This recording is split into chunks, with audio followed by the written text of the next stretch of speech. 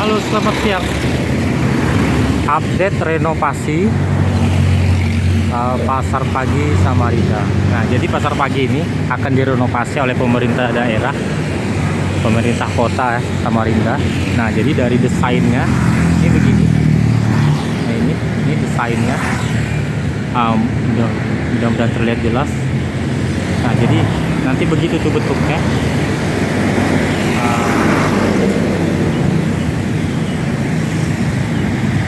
Mudah-mudahan konsepnya nanti biar ruang parkirnya itu lebih luas lagi gitu ya. Nah, cuman di sisi sebelah sana tidak sampai habis ya, karena itu kelihatannya milik pribadi ya. Yang bangunan-bangunan ruko itu samping Bukit Raya ya. Nah, ini jadi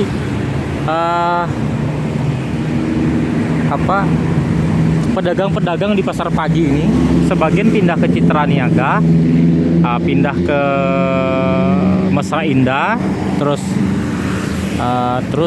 untuk seperti ayam, pedagang ayam, sayur itu banyak pindah ke Pasar Segiri di Samarinda ya. Nah,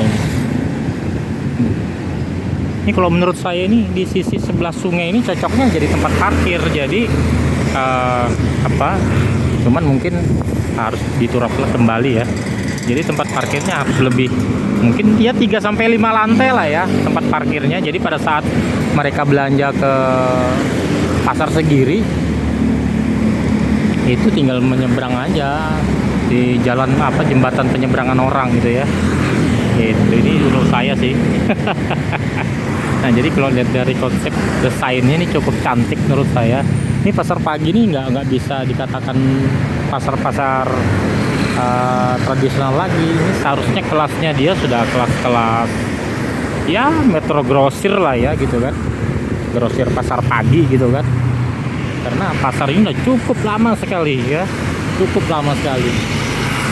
Sementara Masjid Raya Darussalam ini aja sendiri dulu di sisi sebelah sungai kan, itu di sisi sebelah sungai, jadi dipindahkan ke atas gitu kan.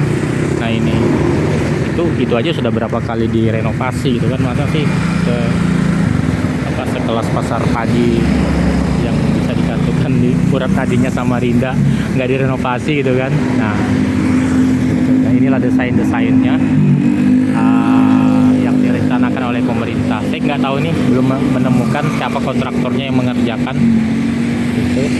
Nah, kita kembali ke sisi kerjanya biar lebih luas pandangannya. Nah, ini kalau menurut saya ini untuk pemerintah daerah, usul saya ini posisi sisi sungai ini kan bisa diturap ya, disejajarkan sama dermaga Pasar Pagi Samarinda, itu dibuat ya 3 sampai 5 lantai lah ya. Nah, terus dibuatkan jembatan penyeberangan orang gitu kan, jadi kendaraan yang parkir di sisi sebelah parkiran, jadi orang tidak perlu lagi turun ke jalan ya, untuk mengangkut belanjaan mereka cukup lewat jembatan penyeberangan orang. Jadi jalan-jalan yang ada di seputaran ini nggak macet lagi gitu ya. Nah, ini kalau arealnya sih kalau saya lihat sih kurang lebih hampir 100 meter lah ya lebarnya. Ini panjangnya ke sana ini kurang lebih 200. Oh, lebih kali ya, lebih 200. Ini tembus ke ini nih, jalan Gajah Mada dia. Cukup besar menurut saya. Nah, kalau untuk yang ini ya, yang ruko-ruko ini itu milik pribadi ya. Itu milik pribadi. Gitu. Karena untuk membebaskan ruko sekarang tuh bukan biaya yang kecil gitu ya. Apalagi pemerintah daerah sekarang tuh membebaskan lokasi